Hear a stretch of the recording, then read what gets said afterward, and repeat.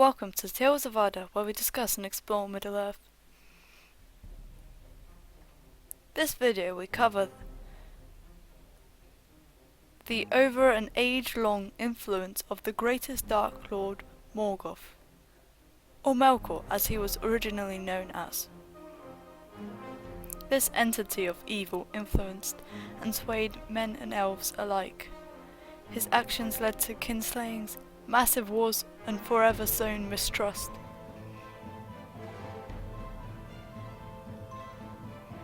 One of Morgoth's most influencing deeds is his creation of orcs in mockery of Eru Eluvatar. This vile deed would endure many ages, and the orcs would be for the most part the greatest by number of foes of the Elder and the other free peoples of Middle-earth. Throughout the First Age and into the Second and Third Ages, the orcs, who are thought to have originally come from elves, slaughtered many in their great battles. Through this act, many kingdoms of evil could rise to power by the aid of orcs, and the creation of orcs could be viewed as one of the cruelest acts of Morgoth. During the time of the creation of orcs, Morgoth also swayed many Maiar, creatures and beasts. For example, many wolves and werewolves came under his command, and in his fortresses he bred them, and then Morgoth used them as spies and warriors.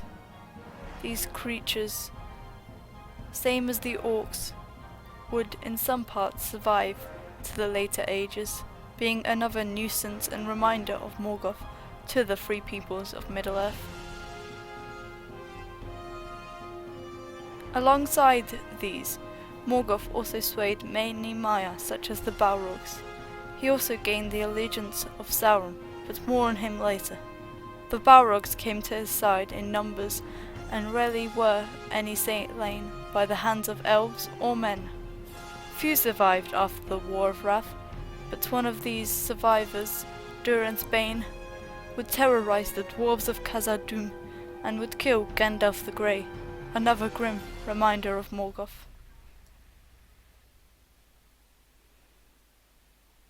When talking about foes that Morgoth created, we mustn't forget the dragons, as they were one of the greatest foes in the First Age, and it required the coming of Eärendil to defeat them.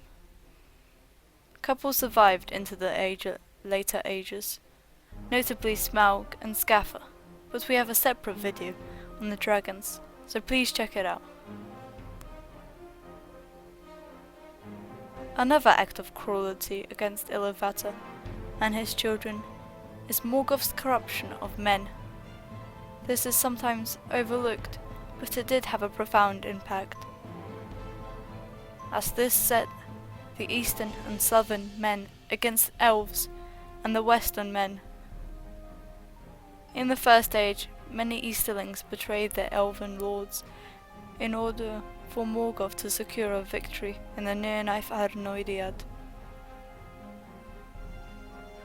Morgoth's meddling with men in the First Age also made the Easterlings and Haradrim more willing to come under the command of Sauron in the later ages.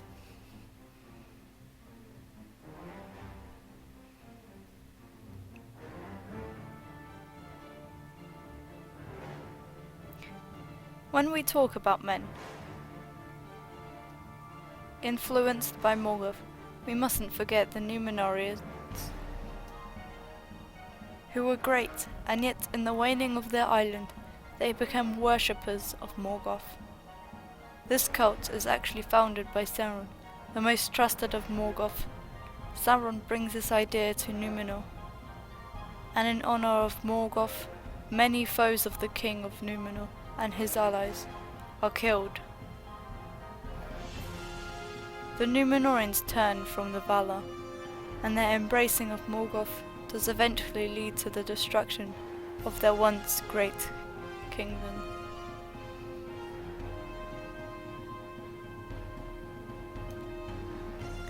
In the First Age and before, Morgoth's influence on the elves is very evident and causes many sorrow, especially within the Noldor, for Morgoth used them most to his designs.